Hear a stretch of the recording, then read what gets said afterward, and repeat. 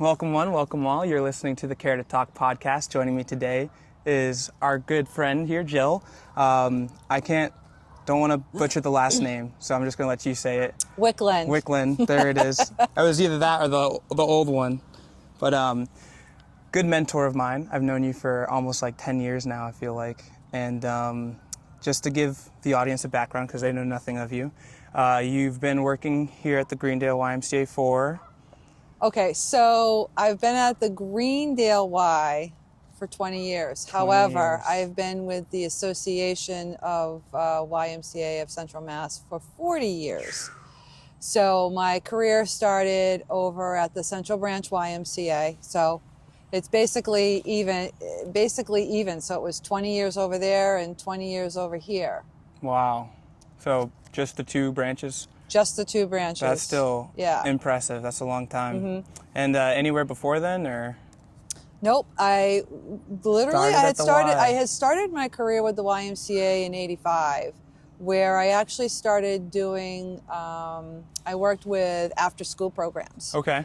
And I had started in Millbury. I did an after-school program in Millbury at the Elm Street School.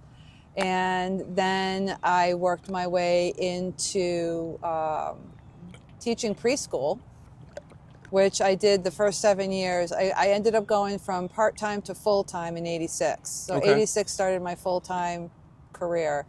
And I was doing preschool, and it's when we had, remember the Worcester Mall, the Galleria? Like the Greendale Mall, or no? Not the Greendale Mall. The Worcester Mall. It was right down. Heard of that?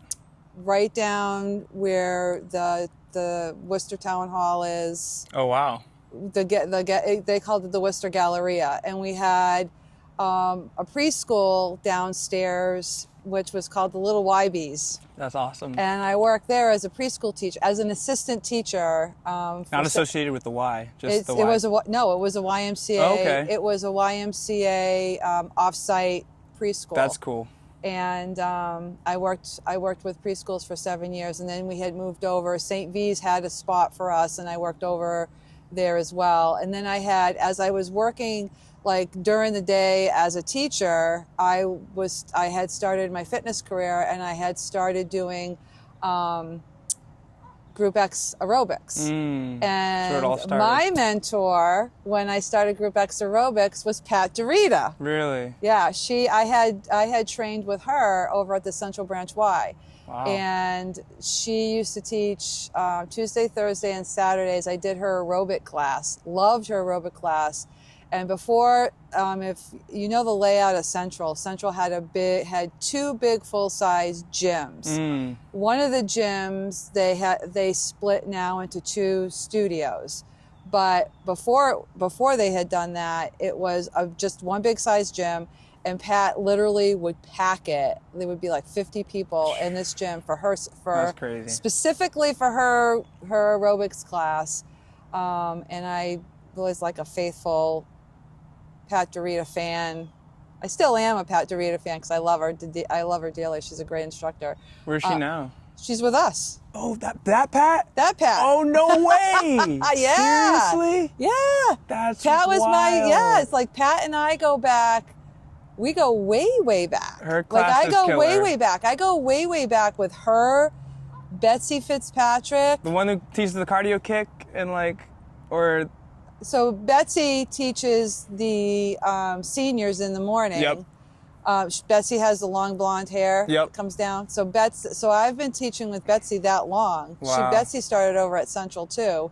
And then Pat and I have been teaching together and working together for, oh my God, close to 40 years. Pat's is like in her 35 plus years as well. So isn't Betsy.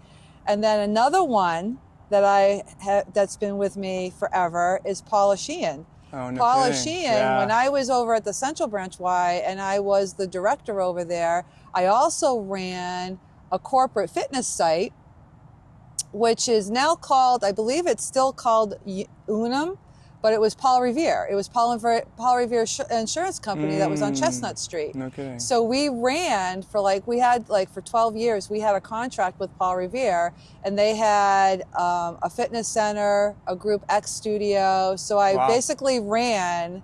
We were open at 3 different days we had a morning session, an afternoon session, and an evening session.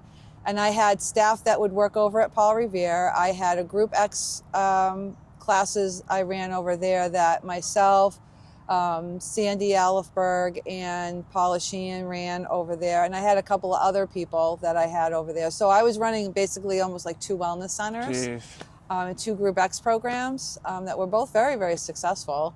Wow. You know, and then Paul Revere sold out, and then Unum took it over, and then they had their own people, so we ended up losing that contract. But it was a really fun time in my life because there were really some awesome people over there, and I actually see some people that have become YMCA members that I see them over here, so I know them from corporate, from the corporate site that we used to run, and they've become YMCA members. Corporate site, is that different than the central branch, or is it? Well, it was one of our contracts off-site. Okay. So I would go back and forth. So I would our morning session was 5:30 in the morning to 8 a.m. Then we'd close down. Then we would open up again from 11 to 2 for the afternoon lunch crowd, and then we would close, and then we would open back up again 3:45 to 6:30 for the evening crowd. Okay. And so there was 3 separate shifts. Wow. And I would always I had staff that would work over there, and and Group X instructors that would teach over there, and we would run when the times we were open, we would run classes and stuff. So yeah, and people loved it. Were you wellness director back then, or I was the wellness director. When did you become that wellness director for just the corporate side of things, or both branches? No, I ran both. Wow. I ran both. So I was in and out. My day was split.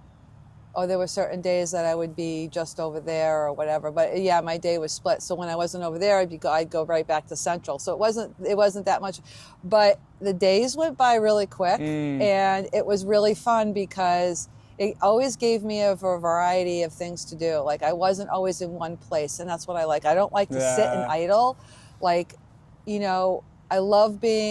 I love the YMCA, obviously. I've been with the Y for 40 years. Right. I love my job, and I love what I do because I love serving the members. And my favorite part of my job is being on the front line and teaching classes and doing personal training and, kind of mingling. And not only that, it's, for me as a leader, I think I'm a person that likes to walk their talk. And I think it sets a good example for my staff as well, because I'm in the weeds with them. So when they come to me with a problem, I'm like, yeah, I know I can relate to that, and let's work together and let's find a solution for that. Absolutely. You know what I mean? So it's been quite the journey with the YMCA. Speaking of problems, that's a great segue into this next question. You also deal with a lot of members and their issues, and has there ever been a really, not necessarily controversial, but challenging problem? What would you say is the most challenging problem you've had to face, whether it's with members or staff at the Y in your 40 plus years? It doesn't have to be the most challenging, but a problem that might have gotten heated, and how did you kind of de-escalate that issue? I think when it comes to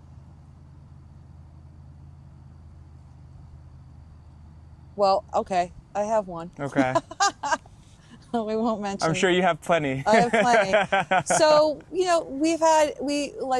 we're a family YMCA. Yeah. And we have,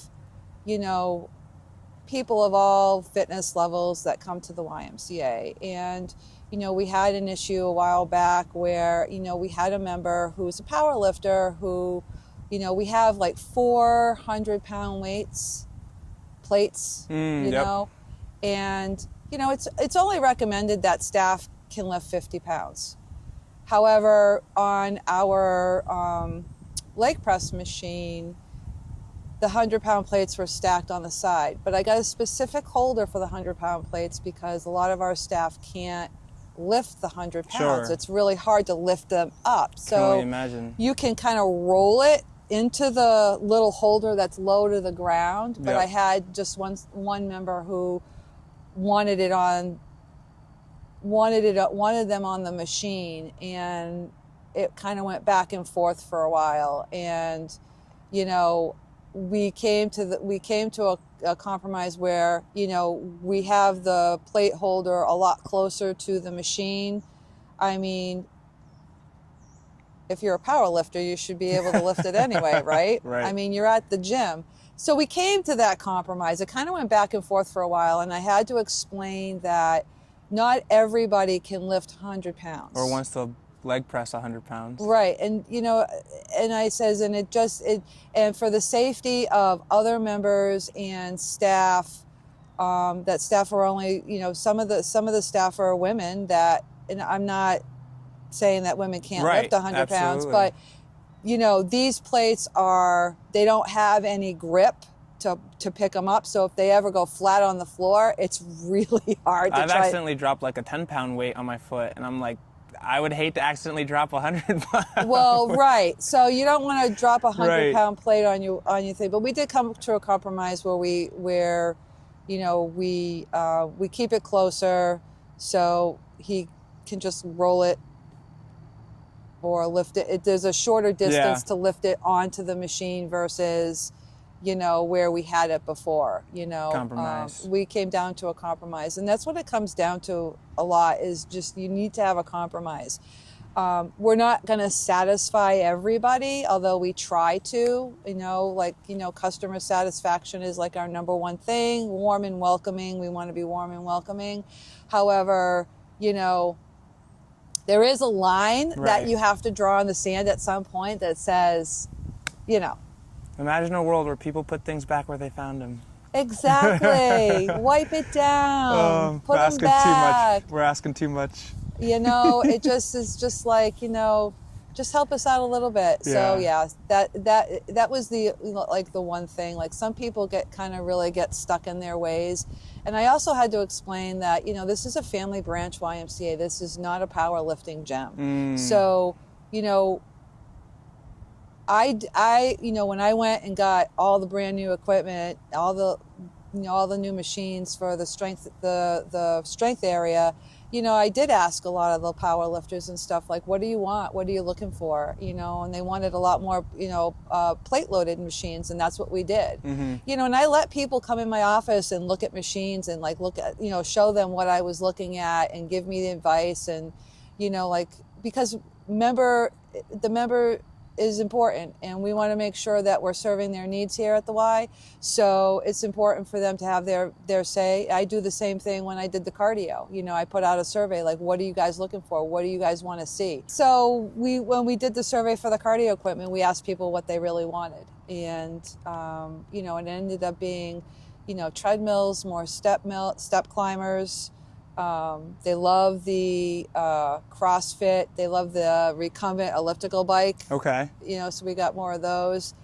And, with the YMCA being nonprofit too, you have only a certain amount of money that you can work with. So it was kind of like a last minute change I did. When I was looking, and I'm like, how can I get more bang from my buck with what I'm looking for? So when I sat and I was sitting in my office, and I was kind of like I'll look and see what people are using and what people are not using. But when when it came more toward the delivery of the date, so I looked at everything, and I was like, we need more treadmills, blah blah blah. I ended up keeping 10 pieces of equipment that were in very good condition. Wow. So I ended up keeping 4 more treadmills. So I kept 2 of the Matrix slap tracks that people love. Yep. I kept those. I kept 2 of the true treadmills that people love.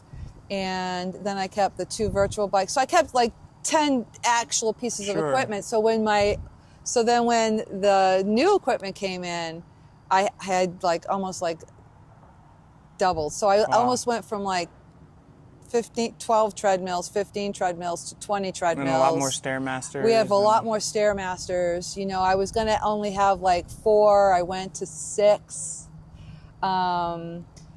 So it was really, really important. And then I kept a couple of pieces. Like I put a couple more pieces in my order of things that I wasn't sure if I was going to get, but I did because there were members that really liked a certain piece of equipment. So we made sure we had like 2 or 3 pieces of those equipment. Yep. But again, it's just about member satisfaction. And sometimes it's kind of like a balance and check. Yeah, absolutely. You know, we can do this, or we can't do this, or I can do this, but I can only do 2 of those, you know, so it's always a balance and check. Yeah, I remember when the change first happened, there was definitely like even like a few of the older populations members came up and were like, oh, these plate loaded machines are terrible. And like, you can't please everybody no matter what. There's always going to be someone to criticize. But you see them using them. Yeah, exactly. And they do like them. Right. You know, they do like them. So, you know, Absolutely. they get used to it. And just so it's on the record, I do want the resistance treadmill back. That was that was a good one. There was a few people. Yeah, it was a good one. But you know what though? When I was watching it, I saw it more empty than I did see it full. Yeah, there is know? not as many people who utilized it, but I just think they didn't know the amazing benefits of it. Yeah, there I are kind of some. like that because I could always use it when I was there. But yeah, so that's 40 years at the YMCA. Before that, I'm sure you were an athlete in high school, maybe, or I was. So what sports did you play throughout your grade school careers? Okay, so when in my high school years, I play volleyball. Okay. I was a volleyball player. That's a tough sport. Yeah, but I loved it. I loved volleyball. I did play basketball one year. But I really loved volleyball. And then one of my favorite sports was track and field. I knew it. So field, in the yep. track and field, I loved our coach. We called him Nick. His name was Mr. Nicoletti, but we called him Nick, and he was straightforward and to the point. And you know, he would always bet you that you couldn't beat your time. He'll be like, I bet you, because usually at lunchtime you have like, you know, they would sell the ice creams like the Nutty Buddies or whatever like that. Or he goes, I'll bet you a Nutty Buddy that you can't beat your time. And we'd be like, are you kidding me? I'm going to beat my time. He's like, no, you can't. He goes, you're slow. You're just not. And he just had a way of like, getting under your skin a little bit to the point where you'd be like, I'm going to show you. Was he a younger coach or? No, well, I mean, he like at the time, he was probably like in his 30s or something, you know? But yeah, we loved him. Sounds fun. He was just really awesome. He was raw, he was real. And back in the day. That's how it should be. That's how it should be. Yeah. Like this was back in the 80s now. Sounds like a good time. So it was. And, you know, he was a tough coach, but he made you work and we loved it. So my sports for, so my events were, I did the shot put and discus for my field events. Okay. And then for my running events, he would put me on the 4x110, the 440 relay. Wow. Love the relays. And then the 400. So sprint? Yeah, sprint. Yeah. I'm like a freight train when it comes to sprints back in the day. But I'm not built for long distance. Although I hold my own because I was also a triathlete. I also did I did do a lot of races. How many triathlons have you done? Oh my God. So I started racing triathlons in 2003 and I raced up till 2017. No way. So in that time, I did a multiple of sprint races and then I did a couple Olympics. So Jeez. so just to let the people know that what is a sprint, what is an Olympic, and I did a couple of half irons or 70.3s. No way. That's insane. The sprint races are your, quarter mile swim, like a 10 or 12 mile bike, and then you have like a 5K run at the end. It's still pretty impressive. Which is really good. And then you have, it's a quick race. It's a quick race. That's why they call it a sprint, right? Then you have your Olympic size, which is more of a 0.9, just under a mile swim. Your bike ride is usually around 25 miles, and then your run is a 6-mile run. Was it always in the ocean, or lakes? I did mostly all lakes. I did a couple of oceans, which that I'll have to tell you that story. And then a lot of jellyfish. Yeah. then I did the 70.3, which is the Patriot half. They called it the Patriot half because Ironman didn't own it then. Really? But it was the Patriot half, which is a half Ironman. It's a 70.3, and then everything just doubles from there. So it's a 1.2 mile swim, a 56-mile bike, and then you're doing a half marathon. Then you're doing a 12.2 mile run at the end. That's insane. I've done 3 of those. No way. It was when I did my first half Ironman, or my first 70.3. I trained really, really hard for it. It was like a part-time job, basically. Eating right. Training right. And eating right and training right, and eating, because you had to learn how to eat while you were riding your bike or eating while you're in motion. It's like a science project because of digestion and all that. You have to see what works with you, what doesn't work with you. When you're doing endurance racing, it's about, salt tablets and stuff like that because you lose a lot of electrolytes. And people have known to, like when they do full Ironmans, people have known to collapse or not make it to the end because they're not fueling their bodies properly. Die even. Or heart attack. Even in a half Ironman, like depending on the heat, if you're, if it's a extremely, extremely hot day and you're not hydrating properly, you can cramp up, and it can get dangerous. Absolutely. It can get dangerous. It's not an easy feat. It's definitely not an easy feat. But my first half Ironman that I did, I was really excited and nervous at the same time. And I was always nervous before a race, and I always get myself centered, literally blocking people out. Like, don't talk to me.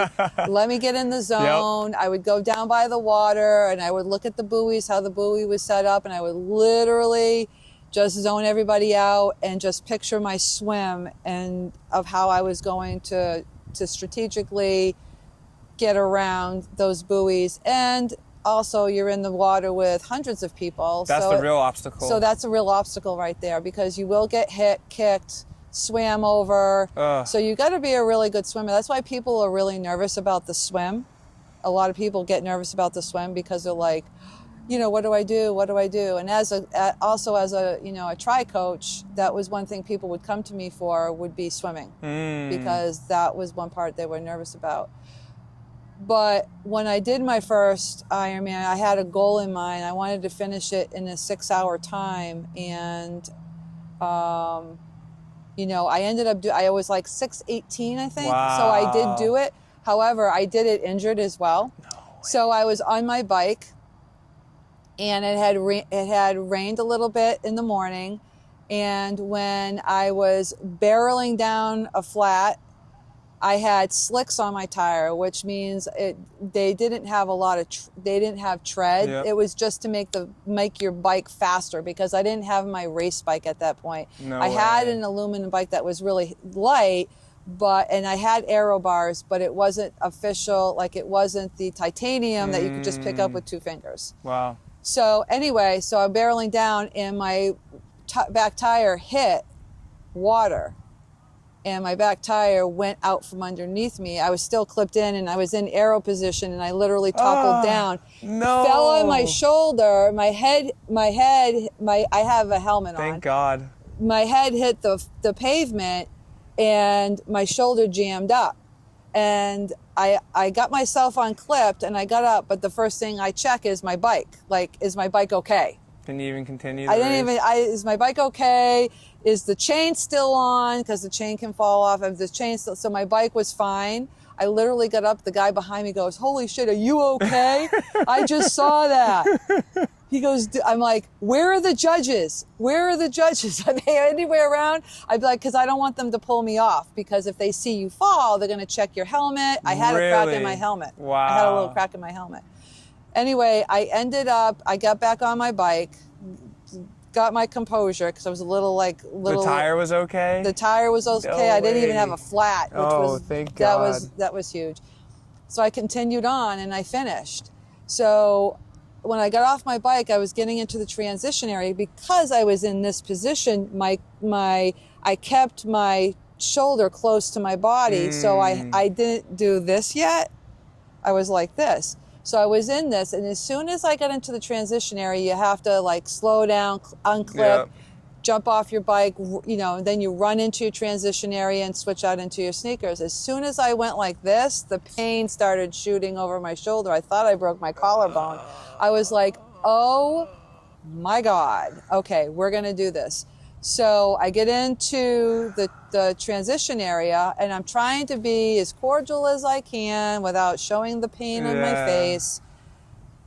I had my belt, I had everything set up, so I had my race belt with my number on it. I literally I couldn't move my shoulder, so I literally had to get it around. I clipped on my belt. I'd have been like, I'm done. I threw my sneakers on, but you know what? If you've trained this hard, you're like, I'm finishing this race. Absolutely. So I threw my sneakers on, and I started to run. I was like, the pain was just pushing through my shoulder. So I took my hand, and I had my tri-suit, and I stuck my hand underneath my tri-suit, and I kept I kept my arm close to my body, and I ran like this for 12 miles. Crazy. So when I saw, and I was part of the VMPS triathlon team, and I had a lot of my other teammates that were out on the course already, and they were, kind of running. I was running kind of slow because the bounce really hurt, but I made enough time in my swim and my bike were my strong points. My run, was okay. It wasn't great. It wasn't bad. I was kind of like, I held my own on my run. You probably would have gotten that 6-hour flat or under. So I literally ran like this. That's and I had insane. my friends like, are you okay? I'm like, nope, I think I broke my collarbone, but I'm going to finish this race. So I ended up finishing the race, and it was the best. It was the best when you cross that finish line, especially being my first 70.3. That was your first one? That was my first one. Wow. So I had to finish it. And as soon as I crossed that finish line, it was like the best feeling in the world. And then they were like, is there anything we can get you? I said, yes, I need an EMT right now. So when they did, they wrapped me up. And then I ended up going to the ER after. And what happened was I didn't break anything, but I ended up bruising the bone really, really bad. Thank goodness. And my coach had said to me, well, you're not, you need to really take it easy. I says, but I have a race in 3 weeks. They're like, if you can't be doing this in the water, you're not racing. I was so into racing, and it was a passion of mine, and I loved it so much that I was because I raced every couple of weeks. Wow. You know what I mean? That's intense. It was really, it was just a sprint race, but I was just like. That one was the sprint? I had a sprint after the half Ironman. That was the half iron? Yeah. But yeah. Wild. So that's my story. How many half irons did you do? 3. 3 of them? I did 3 half irons. I never did a full. It's a lot. Although a lot of my friends had asked me to do one with them, begged and pleaded, Jill, come on, do one with me. And I'd be like, I really don't feel like running a full marathon. Yeah, I really don't feel like it. 1.2 mile swim or. So for the full Ironman, it's a 2.4 mile swim. That's insane. It's a 112 mile bike, and then it's a full marathon at the end. 112? Yeah. 112 mile bike. Why? And then you get off your bike, fun? and then you're going to get your running legs, and you have to do a 26.2 mile run. Or walk. Or crawl. Yeah. TV, crawl. You know what I mean? That's insane. So, but that's insane. And a lot of my friends, had continued on, and they had done they did a full Ironman, and I actually went and supported a few of my friends in Canada when they went to Canada to go do a full Ironman, the Mont Blanc. And it was it was really awesome just to even be there, and then as I'm there, I'm like, oh man, I should have done one. Like, because it's just the energy of the athletes. It's the energy in the crowd. And it's just They're like, fun. it's also too, it's like when you see all these athletes of all the time and the effort that they put into their training, they always say the training is the hardest part. It's the race that's the easy thing, because it's the preparation along the way. Discipline. The discipline, the sacrifice, the early mornings, the late nights. It's you give up so much when you're training. It's eat, sleep, train. And you would see signs and say, if you're still married, you're not training hard enough. That's hilarious. I love that. So, yeah. That's intense. You said you were eating on the bike too? Yeah. Was there like a certain couple of favorite foods that you would eat when you were training on the bike? I would have pretzels for salt. Okay. There were times where I would have like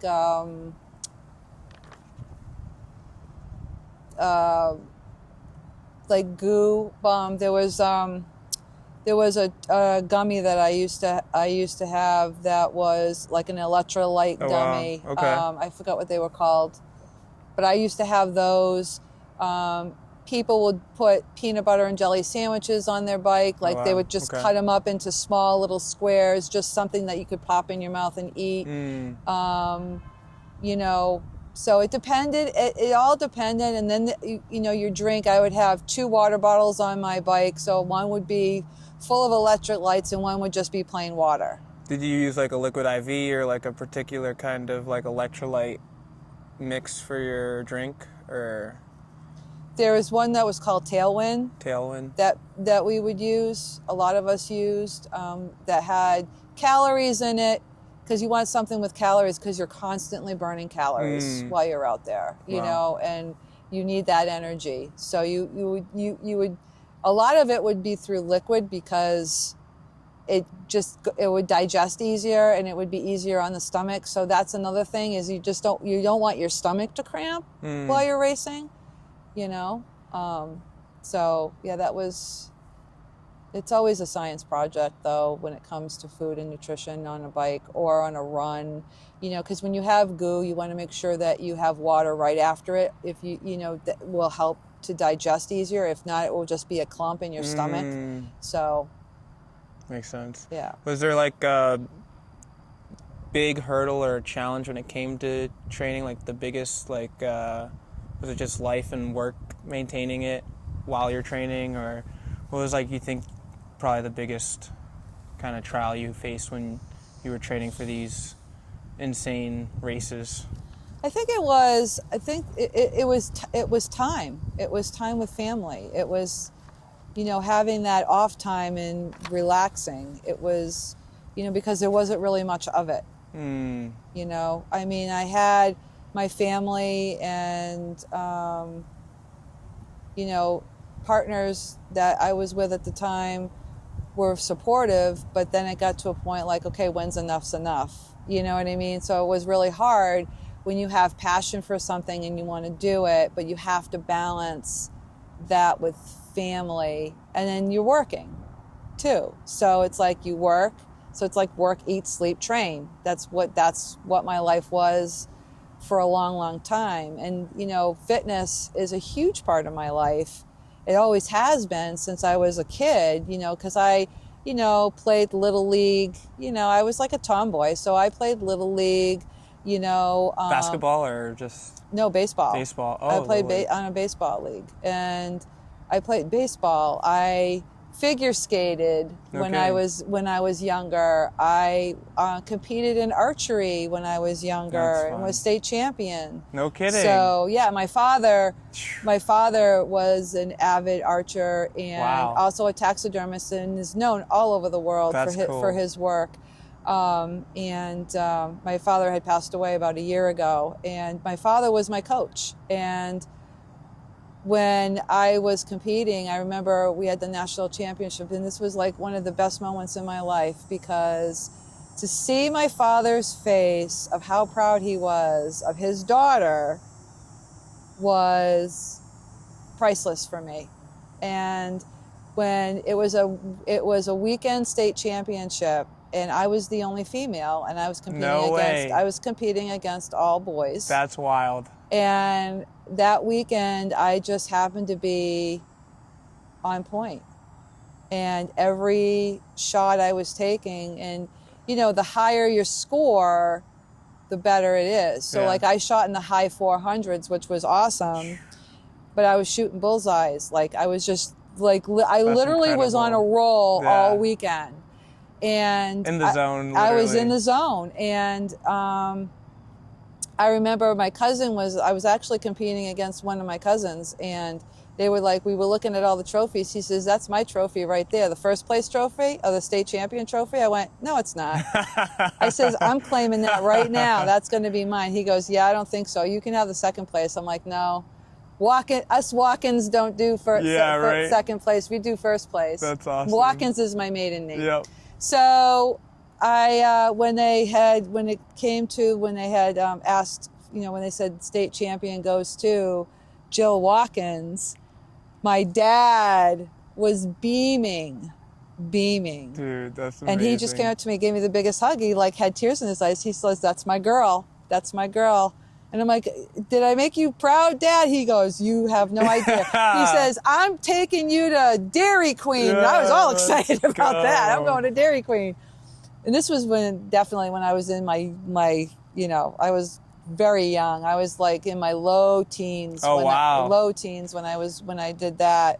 Were you competing like with similar age group? Yeah, I was competing with similar age groups, and my brother is also an archer, but my brother's a hunter. My brother's on the hunting end. I was on the competing end. Okay. So, and I competed in leagues with my dad. So my dad and I would shoot on Sundays. We would go to the leagues on Sundays and go shoot and stuff like that. So that's awesome. Yeah. So I got a couple of gold medals and silver. I had one silver, and my dad said to me, okay, this is a great job, Jill. He says, but no more silver from here. It's all about the gold. And I'm like, you got it, Dad. And it was. What kind of bow was it? Was it like a traditional? When I competed, I shot, I had a compound bow, but I shot without sights. I didn't have a sight. Wow. I shot by instinct. My father taught me how to shoot on instinct. That's cool. So I taught on instinct, and then I would shoot longbow as well.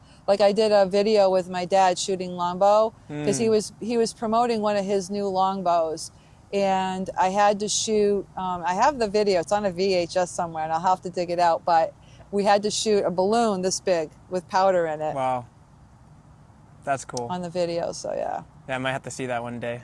Yeah. That'd be fun. Was it like a physically demanding activity, pulling the compound bow? Like you still needed some muscle? It's not like all skill? Oh yeah, absolutely. I can imagine, Let me just tell you, a lot of biceps. If we did arm wrestling, I'd kick your ass on an arm wrestling match. Just because the bow. Yeah, because when you're drawing, you're using your shoulder and your back, but it's also you get it in the bicep a little bit. Okay, wow. And after that, I would say you started racing soon after that, or what was your like favorite kind of teen activity? Was it archery? Was it track? Was it? Oh my God. Everything I did, I loved. Just loved moving. What a great job, getting paid to move. I just loved what I did. I have no regrets. I had a really great childhood as I was growing up, I have wonderful parents. My dad was awesome. My dad was my hero. When they had said, when we were in school, they're like, let's talk about who your hero is. And I came right out and said, my dad. That's and they were awesome. like, wow, really? Your dad? I'm like, are you kidding me? I says, my dad is my inspiration. My dad is, he's my protector. Like he would always be there for me. And not only that, he was like kind of like my guru of wisdom. My father was a very wise man, and he always talked to you in that father voice, Jill Marie. And he would always give me good advice. and I took it to heart. And for me to disappoint my dad was, if I ever disappointed my dad, and or you hear those words, you disappointed me, it would be like, your head go down, like, sorry, Dad. Like, you know what I mean? Like, we're not perfect. Right. We're not perfect, but I never wanted to disappoint my dad, because it just ripped me apart when the times that I did. I was a little rebel. I was a rebel. But yeah. Not surprising. Right? Sounds like a great dad, though. Yeah, he was. Do you have like a lesson that he taught you that the second you think of him, you can think of this lesson, or like what was the number one lesson that kind of stood out? If you're ever going to get done anything in life, do it yourself. Never wait on anybody else. That's a great. He says, because if you ever wait on people, he says you're going to be waiting for a long time.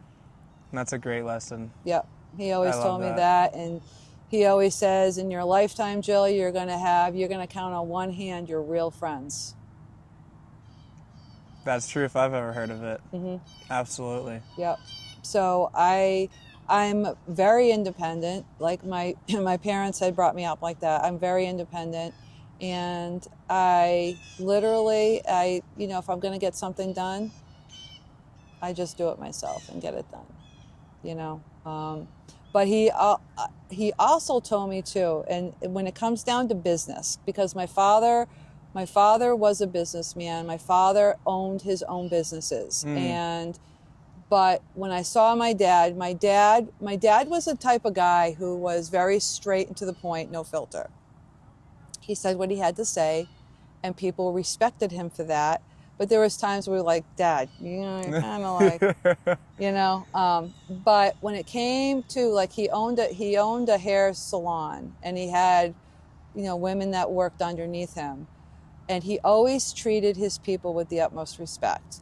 And if he gave me any business advice, it was, he says, Jill, he says, as a leader, he says, always treat your people with the utmost respect, and they will return that to you. And he goes, and if you always take care of your people are always going to take care of you. Absolutely. And to this day, that resonates in me as a leader and as a supervisor here at the Y. It's really, really important that it's not it's we. And I think you know that firsthand. Absolutely. as you are part of my team. Absolutely. That team, working together as a team, is really super important if you're going to get anything done, because you can get more done together than doing it by yourself. And I believe in empowering people to be the best that they can be by building on their strengths while working on their weaknesses. You never want to just put your weakness to the side. You want to kind of foster and grow and be better than you were before.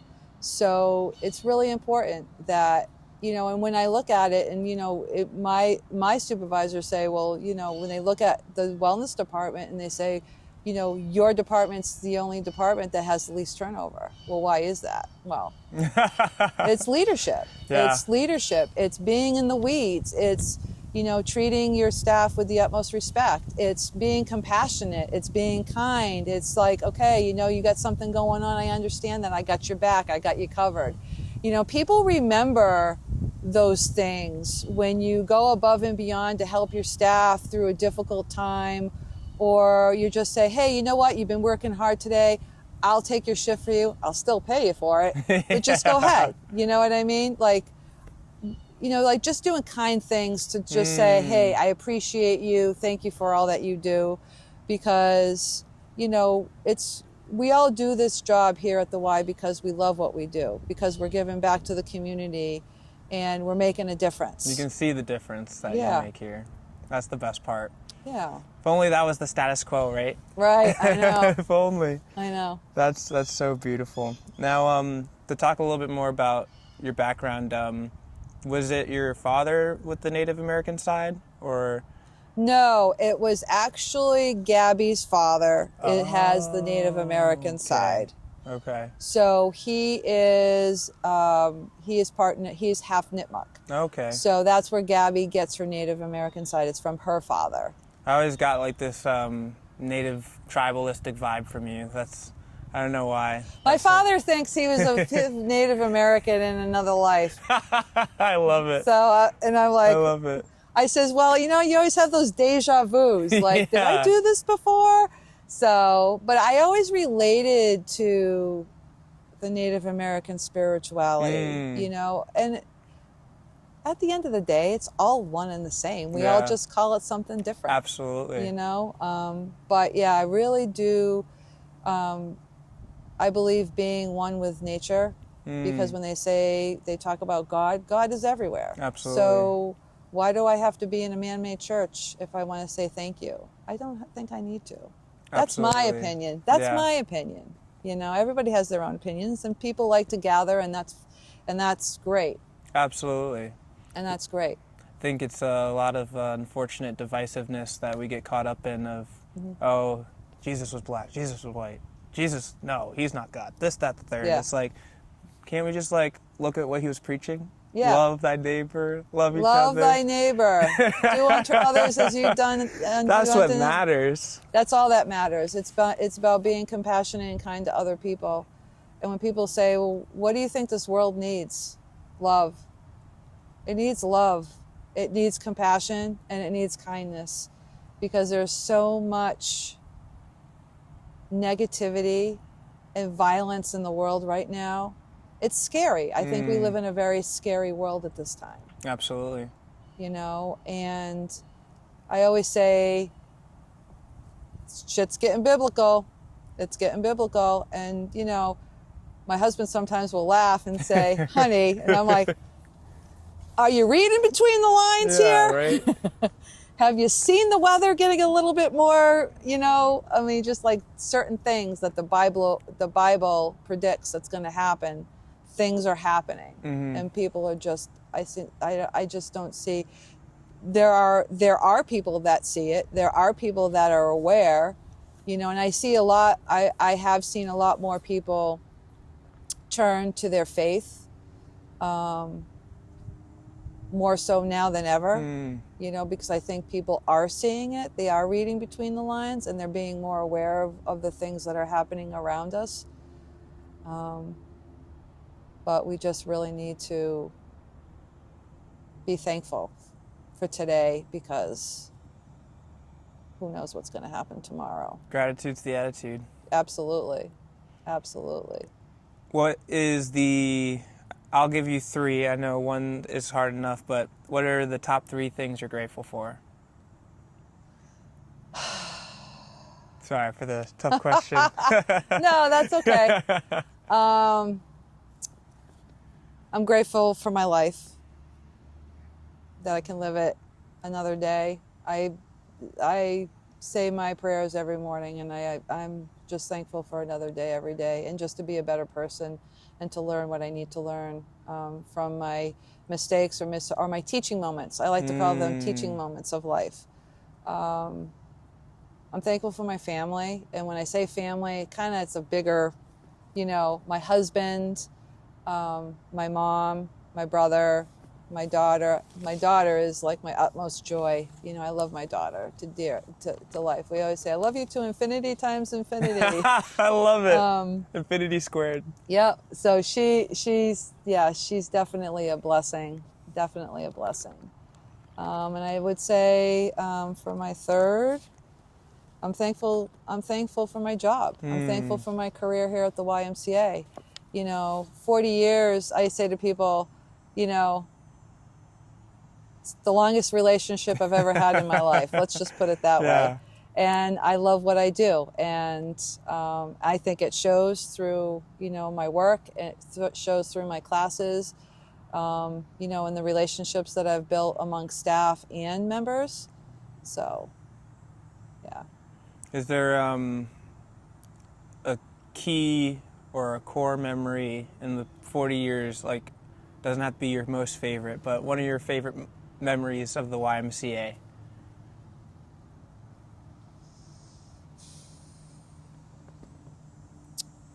My favorite memory of the YMCA. Or just the core key memory?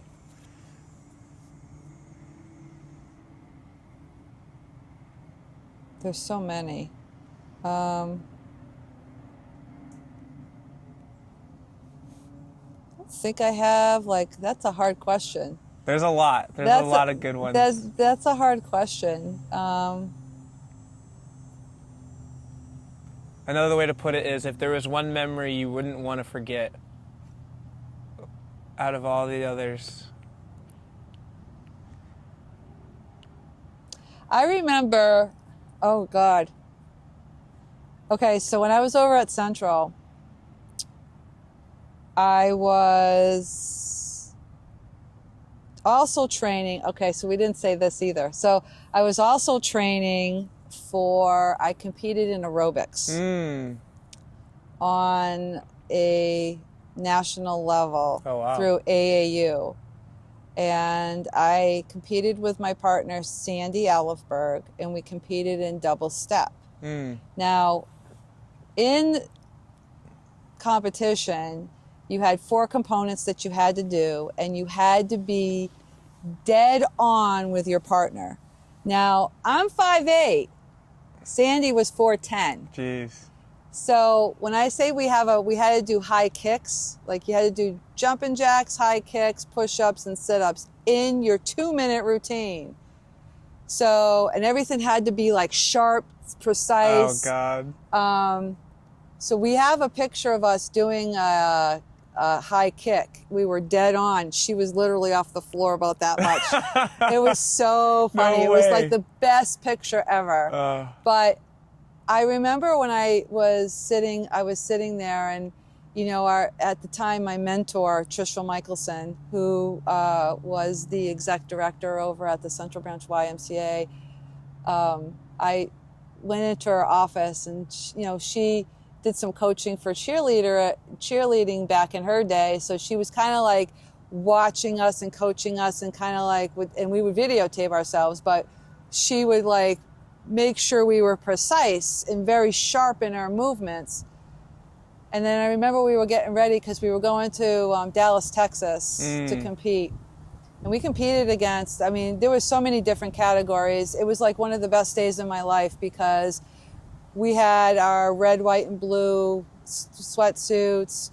We did a fundraiser. When we came out, they had they did the national anthem. It was like the best day ever. I looked at my partner and I says, "This is better than my wedding day." Like, this is awesome. That means it's really good. It was the best experience it was like my little mini Olympic. No kidding. It was awesome. But I remember sitting in Trish's office, and she says, "Are you ready?" And I says, "I'm more than ready." And she says, "Well, how do you feel?" I says, "I'm going to tell you right now, I'm coming home with a silver or gold medal." And she looked at me. Okay. She's like, "Well, don't be upset if you don't come home with anything." And I looked at her again, and I says, "I'm coming home with a gold or a silver medal. I didn't do all this work for nothing. I'm coming home with a gold and silver medal." Well, we competed on a national and world level. Wow. So we did our, it was really intense. Like the first day was all the rounds, and then you had to, if you got through the first round, then just like, SATs or whatever, they put them up on the board to see if you made it. Well, we made it to the final round. Wow. So we were in the top 3. We made it, and our team name was Positive Energy. I love it. It was Positive Energy. So we had sweatshirts made, Positive Energy PE, it was awesome. That's amazing. Sandy and I were so excited. We made it to the final round. Well, the final round came around, and we just friggin' snapped. We were determined. And I'm going to tell you right now, the competition was extremely tough. Extremely tough. We were competing on a world level, I mean, you had teams from Barbados, you had teams from all over. Like when I Crazy. say it was like a mini Olympics, it was a mini Olympics. Wow. So, well, at the end of the day, I mean, with the final round, you're competing for medals, is what you're competing for. So, yeah, we ended up coming home with the silver. No kidding. For national and world level. So we came home with 2 silvers. And the first thing I had to do was call Trisha. And she's like, how did you do? And I'm like, we won the silver. And she's like, oh my God. They were so excited. And it was like, you know, because we advertised it like, you know, because it was like Jill and Sandy from the Central Branch YMCA, you know, because we made sure the YMCA was in that because publicity, you got top-notch instructors right here. You know what I'm saying? So, yeah, when we got back, they had this huge banner and everything. That's cool. You know, congratulations, Jill and Sandy, positive energy. And it was really, really awesome. I think that was one of the best moments of my life within the YMCA, my YMCA career, when I kind of like took a little detour of, you know, competing, but I made sure the YMCA was engulfed in that. That's a great moment. Do you know what I mean? Absolutely. So that was a really great moment for me. That sounds like an amazing memory. Yeah. That's awesome. Wow. And so, a follow-up question, was there a least favorite memory? Something like, it doesn't have to be the worst thing ever for involving the Y, I'm sure, but no job's perfect. No, the least favorite was the day I got laid off from the Y. COVID? No. I had gotten laid off. I got laid off No from way. Central after What? 20 years. Yeah, there was like some restructure, but there was like, they were like, you know, it was a budget thing, and that was my least favorite time. Wow. It was a sad time for me. But were you still at Greendale? No, I wasn't even at Greendale yet. What? I wasn't even at That's Greendale yet. crazy. So I had left the Central Branch Y, and then I ended up, in that time I was on unemployment, I ended up going back to school, and I went to Bancroft School of Massage Therapy and became a licensed massage therapist. Nice. So I was doing massage therapy on the side, and then I came back to the Y, and I went to the Greendale. I came to the Greendale branch, and the director here at the time, she was like, oh my God, yeah, I definitely want to bring you on. So I ended up started teaching aerobics and working on floor hours. So I basically started all over again, is what happened. I started basically from scratch. Holy smokes. So that's intense. Was this after like a your core key memory, like that favorite memory you had?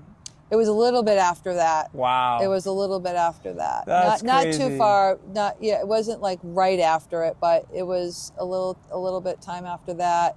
And I was I was literally devastated because the Y was like, for me, my career, you know, and I was like, oh my God, what am I gonna do? This is what I do. This is what I do. And I've been in corporate sites and other gyms, and it's just not the same. Mm-hmm. It's just, even other Ys I traveled to. I just had a love and a passion for where, you know, the Central Branch. Central Branch was my home. And, you know, even in, you know, when I was there and I was the wellness director, you know, we had a banging Group X program. Like, we started the boxing program over there. Really? I started that. Wow. I started that with Gil Jenkins and Bruce Alston. That's awesome. I started the boxing program over there with these guys. They got a cool boxing Yes, ring. they do. And We I remember might need to get something like that. I know. I remember the sick. day I sat with Gil Jenkins and I said to him, okay, let's go for a little walkabout. So we were in the wellness center and we walked down into the gym, and I says, tell me your vision. What do you see in this room over here? And he says, well, and he was a Golden Gloves champion. Really? So he says, I would love to see a boxing ring here, Jill. Like, he just told me what his vision was. I says, okay, we're going to make it happen. Wow. He says, really? I says, yeah, we're going to make it happen. So I fought. When I say I fought, I can only imagine the liability, I fought for that boxing ring. Wow. I fought for that boxing ring. We got the boxing ring. And then I said to Gil, this is your baby. The sky's the limit. Whatever you need, let me know what you need, and we'll make it happen. We'll get the things that you need. So it's like gloves, wraps.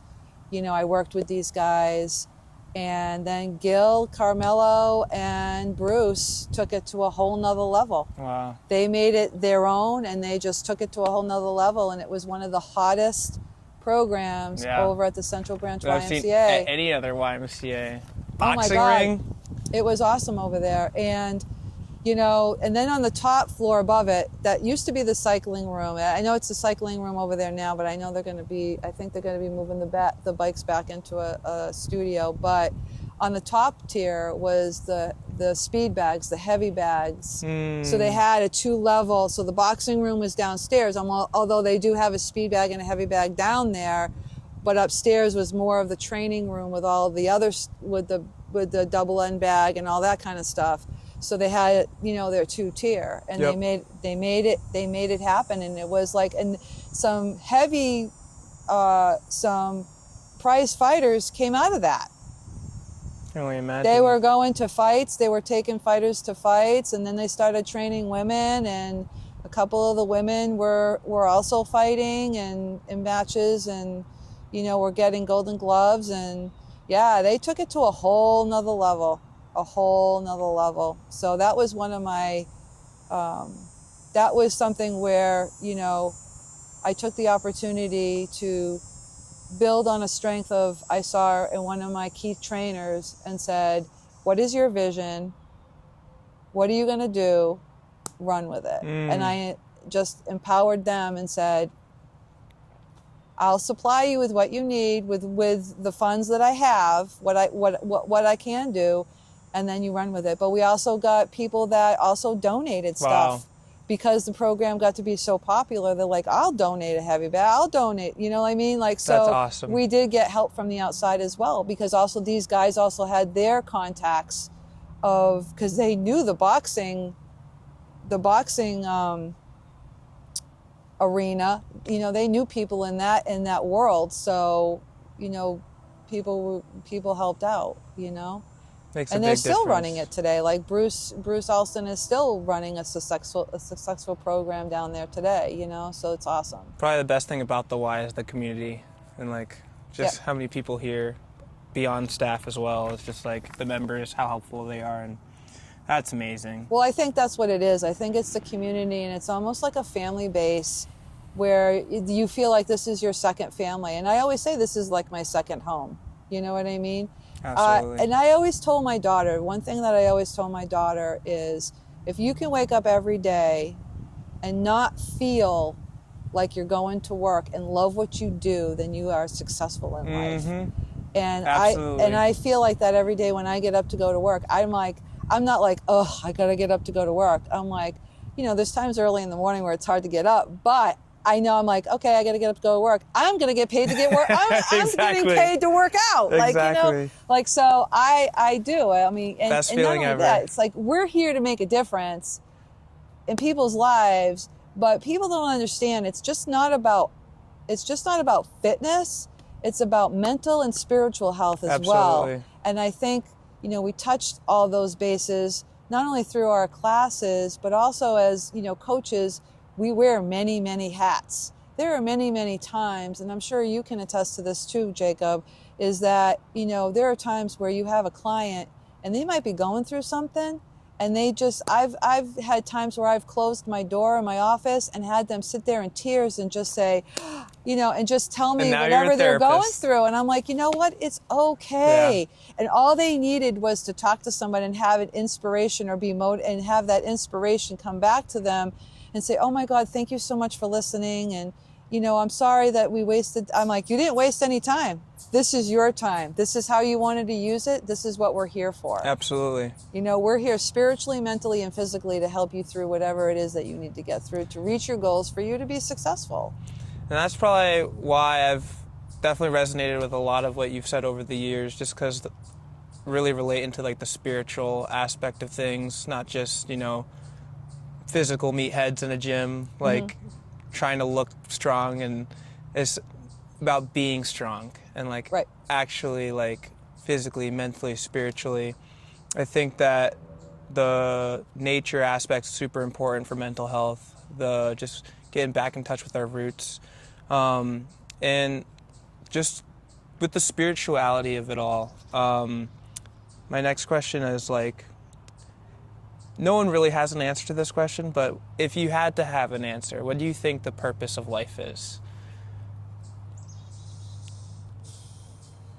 I think the purpose of life is to, that's a loaded question. I know, terrible. It's a loaded question. Terrible. But I think that what the first thing that would come to mind for me is the purpose of life is to, just do right by people. Be compassionate, be kind. And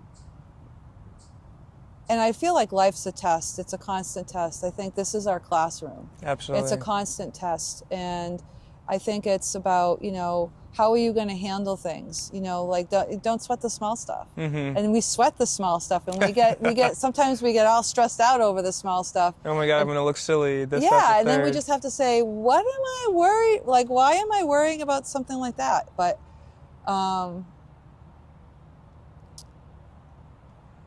I think when you look at purpose, and I've had friends to say, what I actually had a friend who said, I don't know what my purpose is.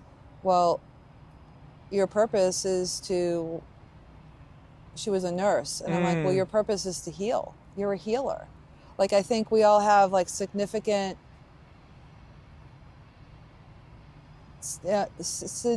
traits of things that we gravitate to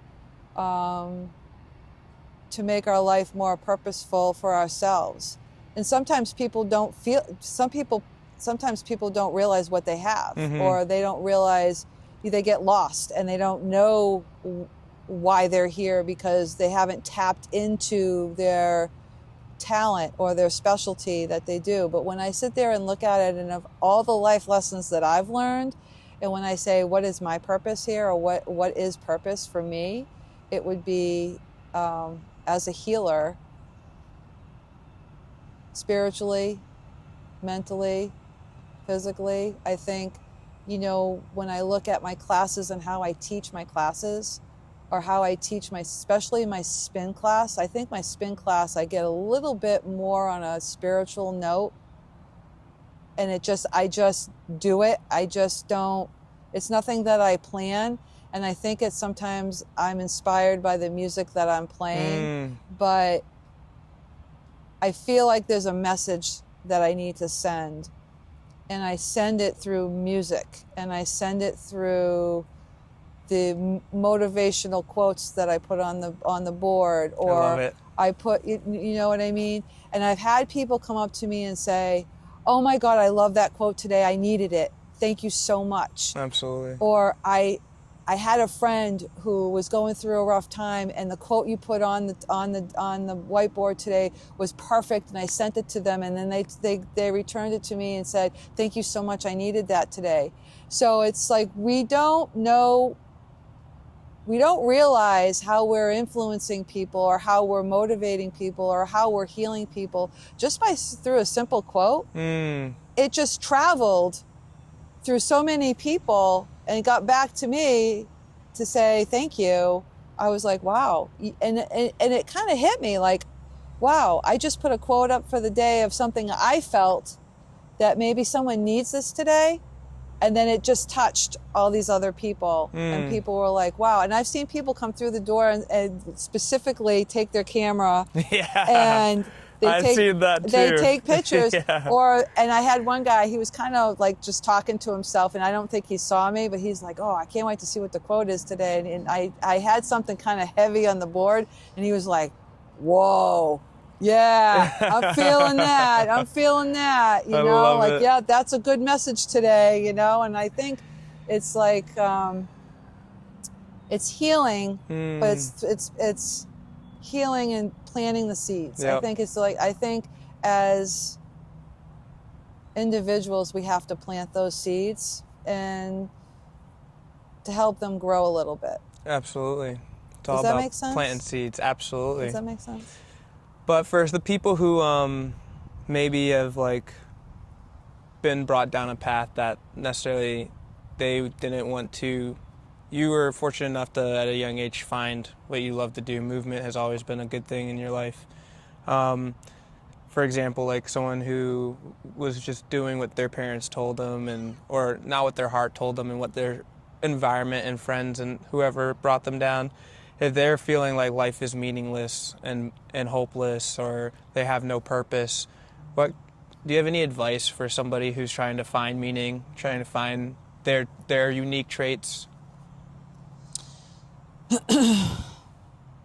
Yeah, sit in silence. Mm. Sometimes you have to sit in silence to figure out what it is that you really want. You got to quiet the noise down.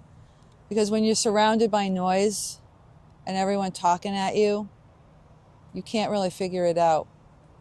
I've had to do that. And I think you'll find your own, but people have to learn to take that step. And sometimes it's a scary step, but it's a step of faith. And you have to trust, not only in yourself, but you have to trust that God is going to, or Allah, or the Creator, or the Great Spirit is going to send you. Because I always pray, and I always say, Lord, please put the right people in my path, and the people that don't belong in my path, take them away. And, show me the way I need to go. And I think just a simple little prayer, in your own words, you don't have to get all fancy smancy with it. It's just basically a conversation.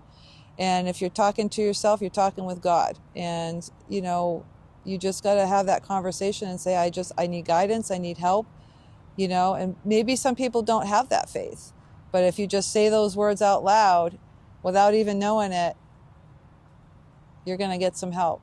Even if you don't know it, he's always there. He's always going to listen, or she's always going to listen. Yeah. You don't know. No one we knows. don't know, But if you believe in a higher power, then you have to believe in that higher power, and that starts with faith. And believing in the unknown is really hard for a lot of people. Yep. But if you think positively in life, positive will attract to you. If you keep thinking negatively, you're only going to attract negative.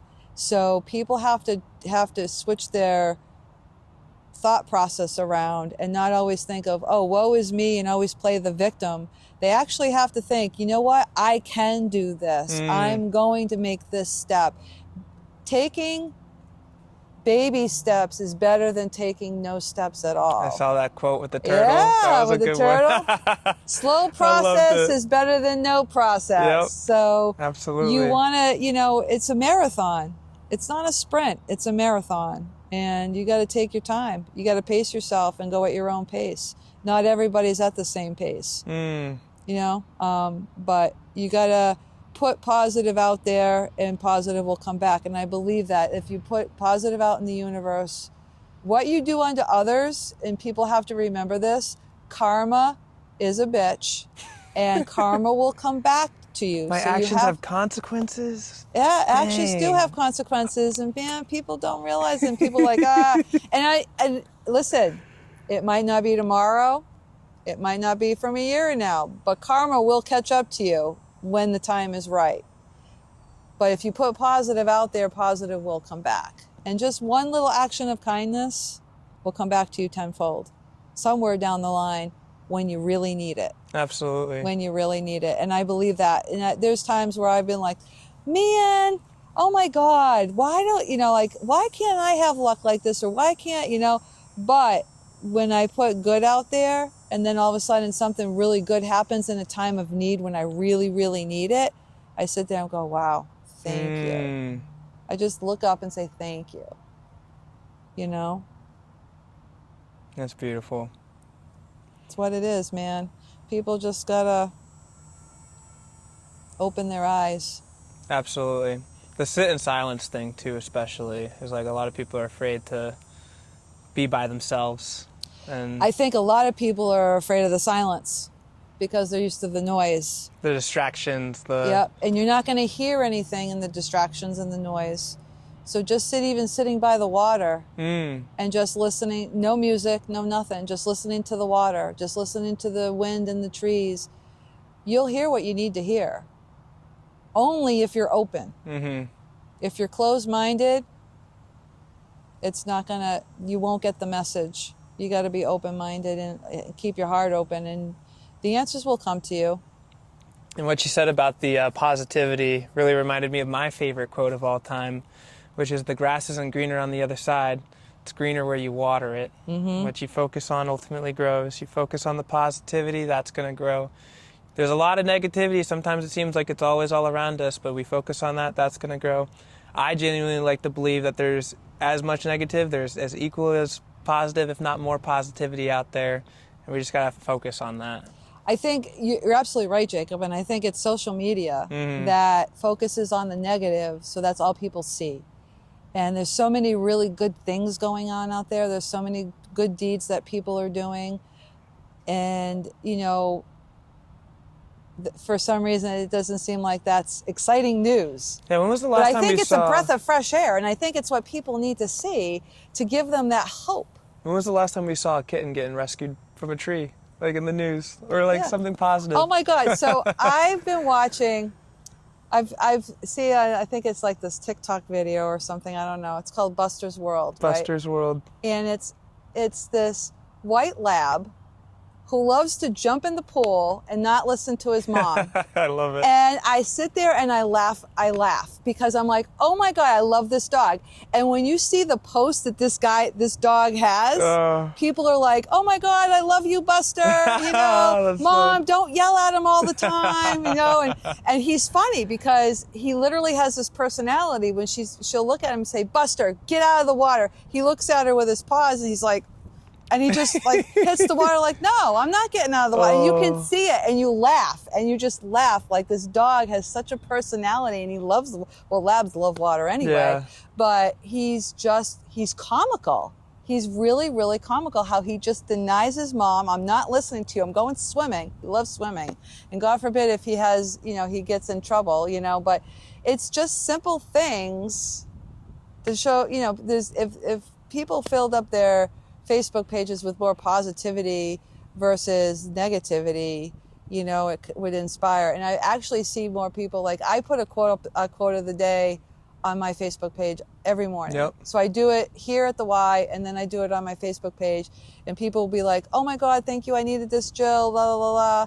And hey, if I can spread goodness throughout the day for somebody, that somebody needs it, then awesome. My work is done here. Left it a little bit better than we found it. Yeah, absolutely. That's the goal, at least. That's what we try to do. Absolutely. That's my goal. So I got 7 words for you. Each word, just, again, it's going to be 2-3 sentences, whatever comes to mind. It can be more than that. It could be paragraphs. Whatever you think the word makes you feel initial thoughts. It can be a definition. It can be how it makes you feel. Whatever the case may be here. Okay. First word's an easy one-ish, easy-ish. It's strength. What do I feel? Yeah, what first comes to mind when you hear, what does that mean to you? However you think of the word strength. Getting through life. Taking life on one day at a time. Definitely takes strength for that. It takes strength for that.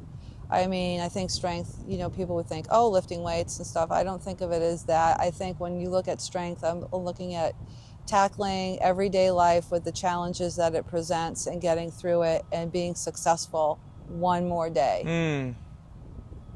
That's a great way to look at it. It's not just muscles and... Right. But it does take a lot of strength to get through this life. This next one's pretty similar. It's courage.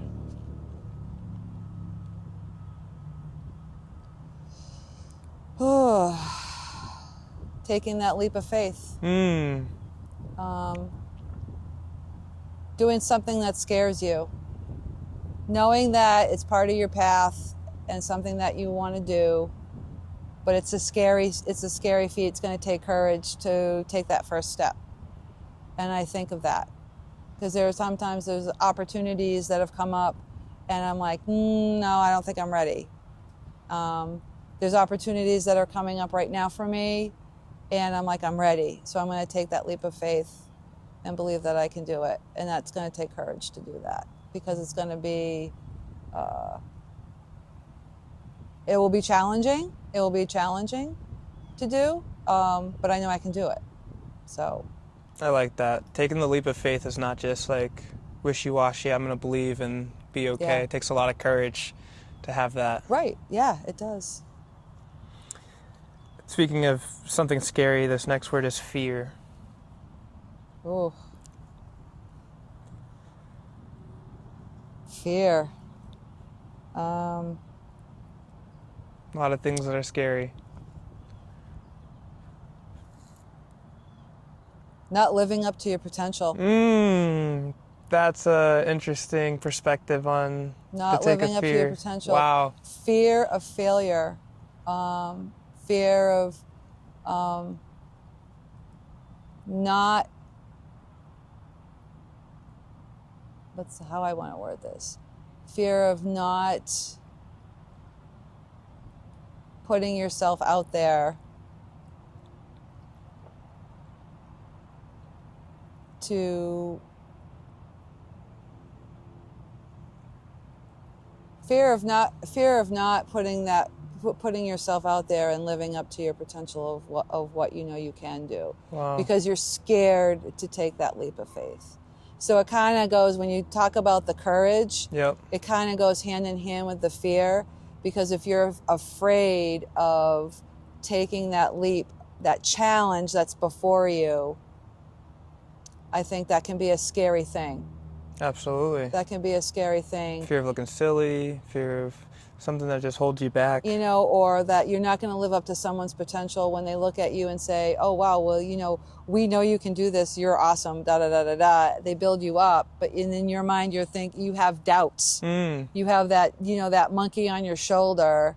You have that good side and that evil side. And, you know, that little evil side saying, oh, well, I don't think you're that great. Like, you know what I mean? Like, yep.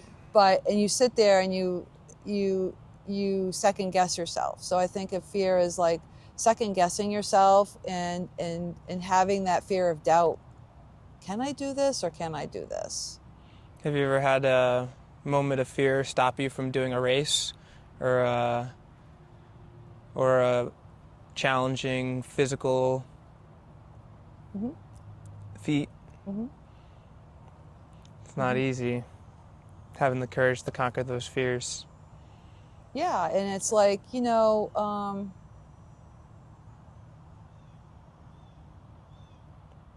it is. It's hard.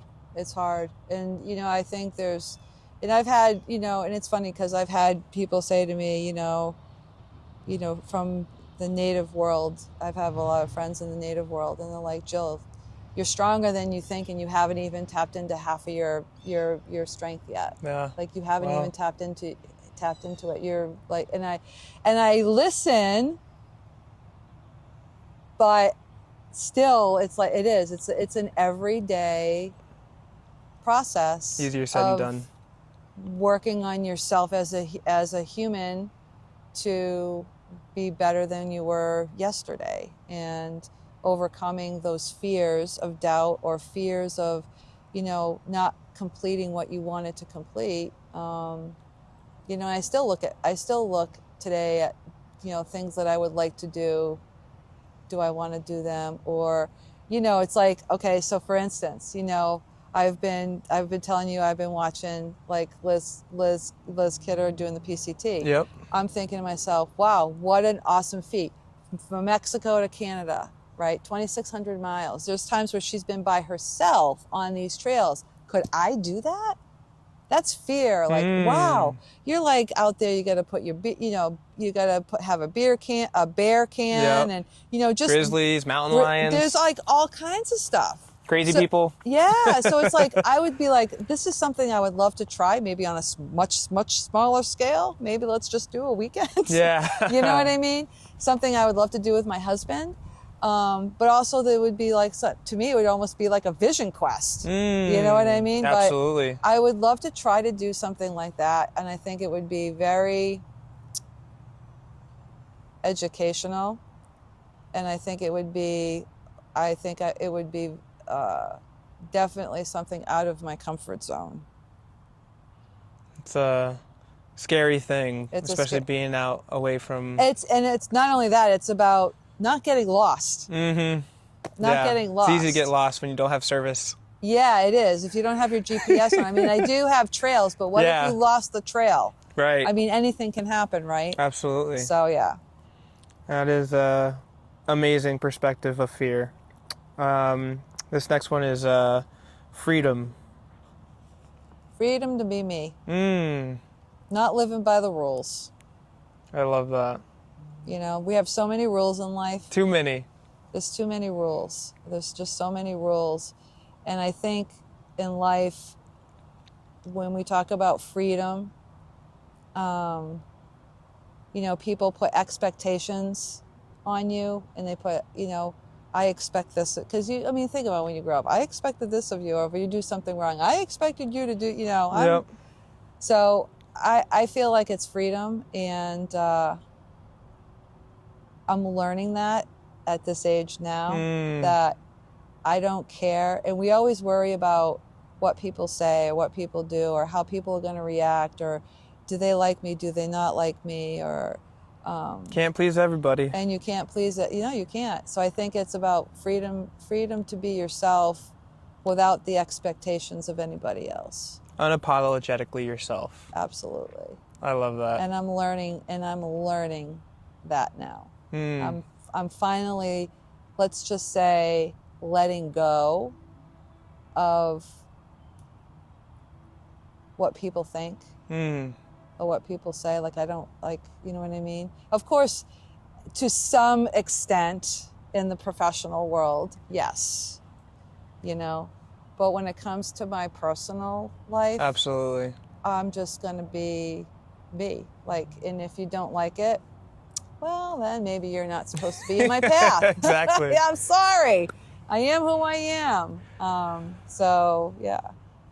And it says, and I think I've started to do that because of, you know, like I like certain style, like obviously my hair. Like I love the Viking look. Looks I love good the Viking on you. style. Thank you. I love it. I love the dreads. And I'm sure a lot of people out there would have something to say about it. And I'm sure. And you know, there's people that like it and there's people that don't like it. And honestly, I don't care.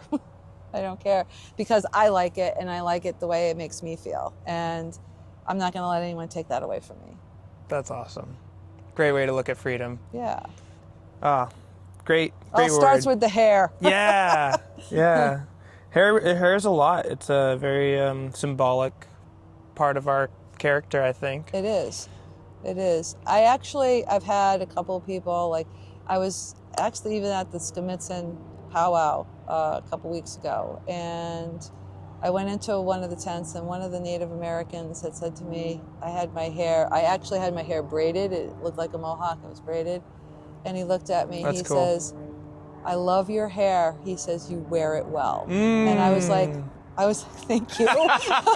Thank you. Oh man, that's awesome. Thank you. You know, even from different cultures, you know, other cultures, you know, African Americans who wear, you know, their hair in dreadlocks, or, you know, braid their hair and stuff. I've had them come up to me and say, that looks really good on you. Like you wear it well. And I'm like, and I take that as a compliment. And I'm like, thank you so much, because I don't want to insult anybody, you know? So I think it's, when I get compliments from other nationalities, I think that's huge. That's huge. awesome. This next one's a tough one. The word death. Unknown. It's the fear of the unknown. not knowing what's on the other side. What, you know what I mean? We can always believe, but no one really knows. Nobody really, really knows. I know we're all going to die someday, and death is scary. So I think having a strong faith is the one thing that kind of gives me a little bit of peace. But at the end of the day, yeah, I hope I live for a long time. Yeah, I hope I live for a long time. Health goes a long way when you're in the fitness world. But when it is my time, I just want my dogs to be meeting me at the end of that rainbow bridge. I want to be greeted by my dogs that are already up there. That's awesome. My Shar-Peis. That's awesome. You know? It's, I like to look at the near-death experiences and people who got resuscitated, and they say stuff like, some people see nothing, some people claim they see it. No one, unless you experience it yourself, you'll never know. But what would you hope there would be? If you could decide, this is what happens when we die, what would it be? So I hope that when you go to the other side, that it's a beautiful place, beautiful gardens, just a beautiful place. Everyone's healthy, everyone's vibrant, and there's just happiness, and there's just a lot of happiness and love and no worries. You know, and then you see the people that you love that are already over there, and yeah, just enjoying life. I don't know. It's really hard to even think about right now. You know, it's a very foreign concept. It's a very foreign concept, but you know, I've pictured times where oh, it's just this big green field, and you have that tree of life, and then all my dogs are running around. You know, I have already four or five Shar-Peis that are up there, so it's just having all the Shar-Peis just stopping and running and seeing me and then running to greet me. Is that your favorite dog, a Shar-Pei? It is. That's awesome. I grew up though with Old English sheepdogs. Okay. Right? That's what we grew up with as kids, but then I ended up switching over to the Shar-Pei, and I love the Shar-Pei breed. Love, love, love, love. I've had several I've had Shar-Peis for over 20 years. Wow. The couple that I have, a few of them that are already, I have this 3, 4, 5 of them have passed, and I have 3 at home. Oh wow. Mm-hmm. Currently? I have currently 3 at home. That's awesome. Love them to death. Nothing like getting doggy kisses when you get home. You know, dogs just love you forever. Yeah, they do. You know, Definitely. and it's funny because they say dog spelled backwards is God. Yeah, you might be right on the Shar-Peis running around and around the tree of life when we die. Right. That'd be something. I wouldn't be mad about that. I would not be mad about that at all. I would not be mad about that. It is funny because people, sometimes people I love dogs more than people. I mean, dogs just love you unconditionally, and they really do. They really do, and you just feel their love. You just feel it. So if we all had just a little bit of that to spread around, just a little bit more in this world, it would be a much better place. Speaking of much better place, this one of our last words here, very tough one. It's evil. I had a word come to mind, but we're not going to go there. Oh, I can only imagine. We will not go there. You have to tell me after. Yeah. We just don't want to get political. Yeah, absolutely. Evil. That's a heavy one. word. Yeah, it is. It's a heavy word. I would say evil. The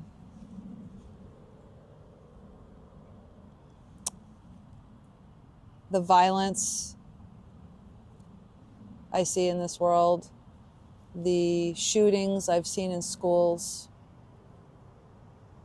people not caring, and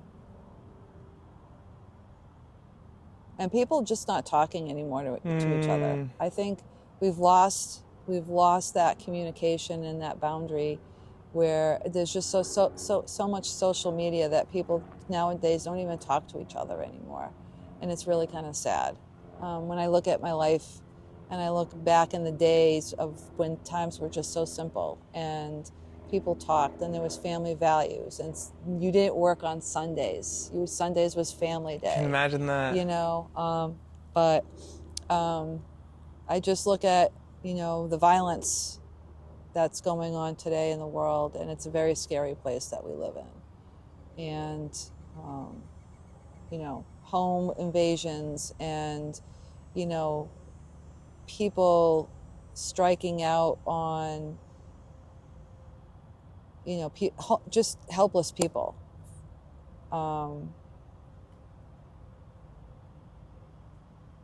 And just the way this world is led. I'm going to leave it like that. The way the world is led is just pure evil. I agree. Very unfortunate. But I hope that it's not a thing that has to be. And I think that, I believe that we can change it. And the good people in this world, I think evil wants them to think that it's just hopeless and that it's the way things are. But it doesn't have to be that way. No, it doesn't. And I think I'm seeing more and more people coming together because I think people are getting sick and tired of being sick and tired, and people are going to start rising up for a better cause. Absolutely. For the better of the good of for everybody.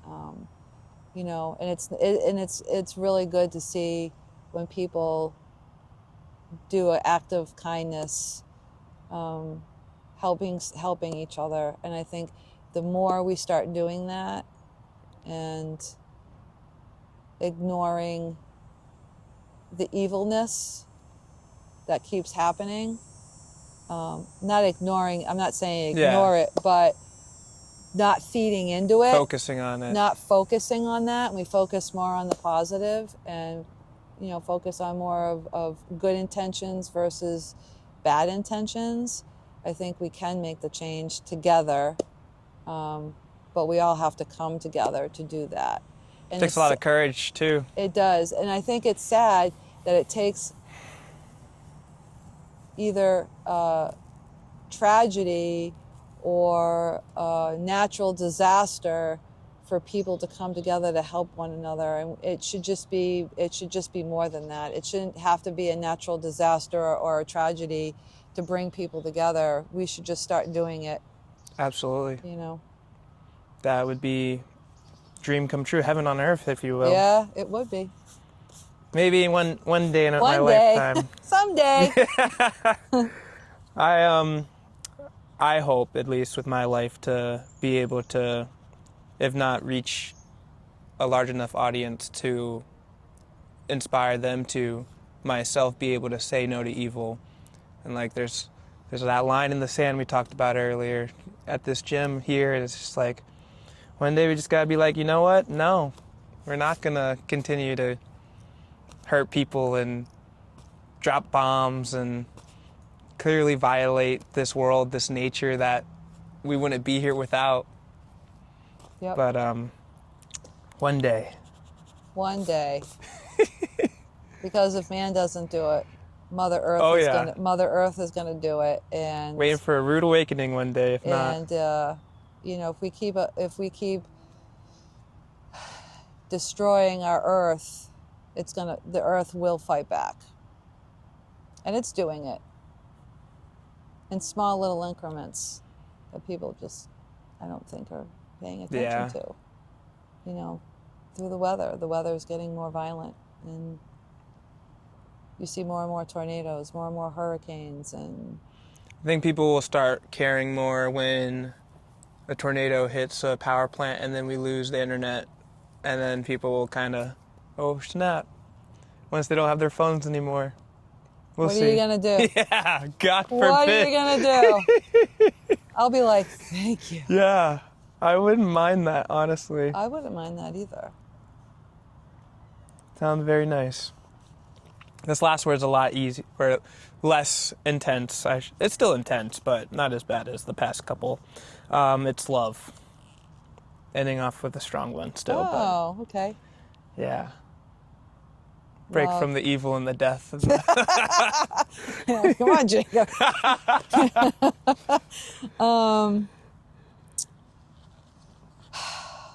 Love, light, happiness, sunshine. It feels, when you say love, it just feels. There's some rainbows in there. Yeah, I just get a feeling of lightness, like feeling light. I just feel like, no worries, stress-free. Everything's going to be okay. Everything's going to be all right. Everything's going to be all right. Great song. Yeah, right? So, yeah, and I think it's what we need. We need love. The world needs more. I'll tell you what, the Beatles said it. Yep. The Beatles, all we need is love. Gotta love the Beatles. I think, some of these artists, they were ahead of their times when they put out, even John Lennon, he put out a lot of messages on through his songs. And I do believe that the song can touch the soul if people really listen to the words. Yeah. Big time. They don't make music like they used to. I literally today, it was so funny. Today in my spin class, I actually played a song, and I actually, said a little motivational thing behind it. And it was kind of a meditation ride. And I just told people, I'm like, right here, we're going to do a meditation ride. This song is called Peace is Free. And I want you guys just to let go of anything that you're holding on to, and just be grateful for today, because we're not promised tomorrow, and we have to seize the moment. And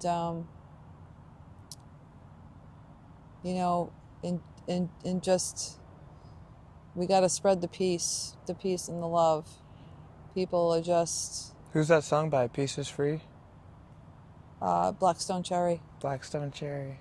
It was acoustic. It was acoustic one. It was Blackstone Cherry and Liz Haley. Liz Hale from Hailstone. Okay. Hailstone Storm.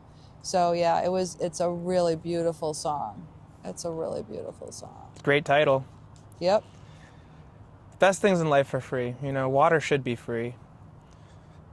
I know, right? It's Jesus, crazy. It's crazy. Crazy. It's, the economy is absolutely man. insane right now. Insane.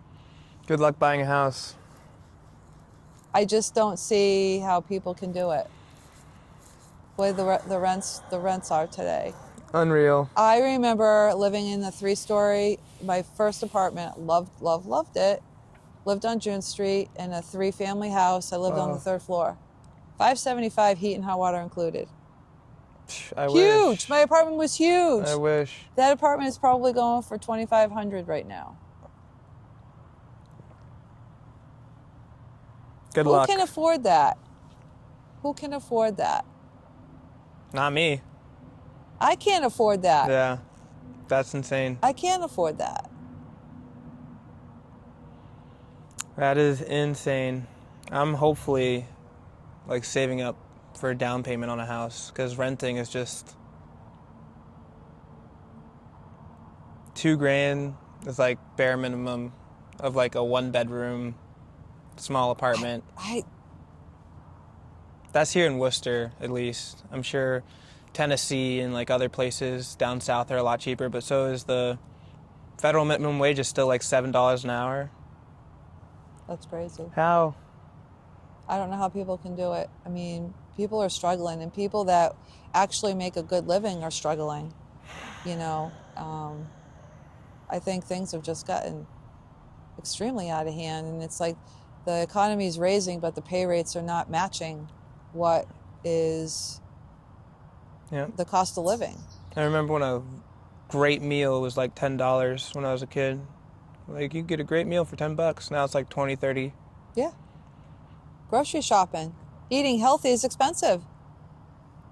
I look at my cart, I'm at $200. I might have 10 items. I'm like, you're kidding me. Where is $200? Where am I looking at $200? You know? It's nuts. People have to have 2 or 3 jobs. And when you have 2 or 3 jobs, then you're not even having a good, you're not even really living life. You're not enjoying life because you're working all the time. And we wonder why there's a mental health crisis. We Right. wonder why. Beats me. Right?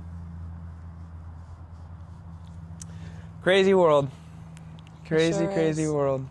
There is one final message you could leave this world. One last takeaway, or any other things you want to leave, just piece of advice or quotes.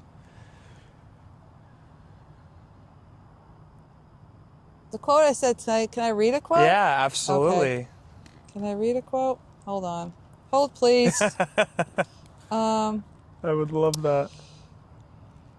The quote I said today was, strength grows in the moments when you think you can't go on, but you keep going anyway. That's an intense quote. That would be you got to keep going. Keep moving forward. One step at a time. That's how winning's done. One step at a time. I love that. Rome wasn't built in a day. No, it wasn't. No, it wasn't. Oh, But yeah. that's awesome. That was a very beautiful quote. Thank you. Any other final thoughts? No. Thank you so much for taking the time. Well, to do thank you, this Jacob, podcast. for having me. This was a was- long time coming. Yeah. And I appreciate you, so thank you. Absolutely. And I got to know a lot more about you, which was awesome. And I'm sure, especially with all the very insightful quotes that you had, that there will be a lot of people that will help.